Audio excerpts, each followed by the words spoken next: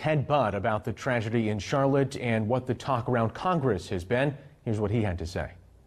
Senator Budd, thank you for joining us tonight. Thank you.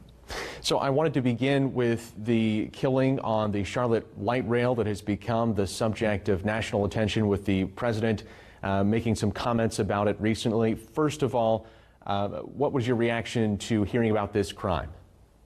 Well, I look at this, first of all, as a father. I mean, this young lady is my daughter's age, and it's absolutely heartbreaking. I look at it as a citizen of North Carolina and somebody who's lived in Charlotte when they were building the light rail.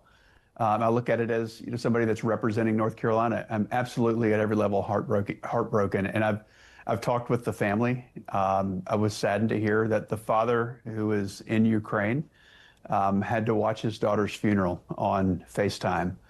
And it's just, it's heartbreaking at every level. And it's, it's a great city for North Carolina. And, you don't want that to happen anywhere in our country, anywhere in the world, to any young lady, any person like that. And for it to happen right in our back door, it's just, it's wrong. And we got to get better. Lawmakers here in the state today, including the Republican Speaker of the House and the Senate pro tempore, held a press conference talking about the possibility of making some changes on the legislative side to ensure that something like this does not happen again. Are those conversations happening in Congress as well? They sure are. And let's remember that you don't want to politicize this. That's not the wishes of the family, but they do want her to be remembered, and they don't want this to happen to any other family again. I want to turn to another crime that has been impacting, I think, everyone across the nation. Seeing Charlie Kirk has died from an attack while speaking in a public engagement and engaging in conversations about these very divisive political concepts. But do you think that Kirk's killing is the symptom of a larger problem of division here, and how would you address that problem?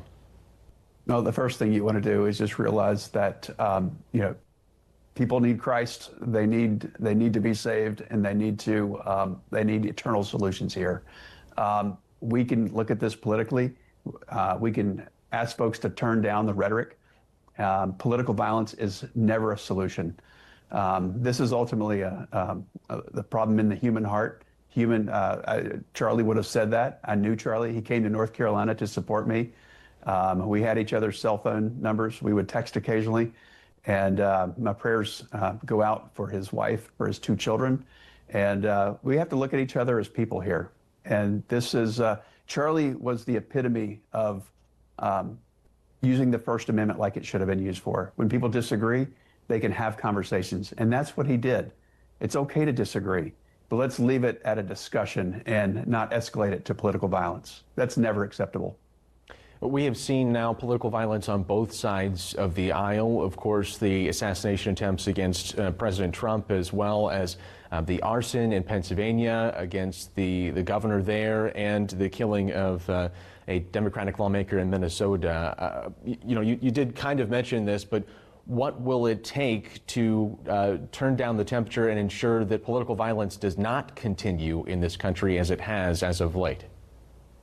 Well, look, leaders need to be careful with their words, and they need to realize that people are listening, that are vulnerable to escalate violence, and that's completely inappropriate. You have to be careful with hyperbole, whether it's some on either side of the party. But I would say right now you've just seen a lot of escalatory language, particularly on the left, but I would say there has been some on the right. But right now I'm concerned about all political speech and that it's protected. But again, let's just have real conversations and not let it escalate.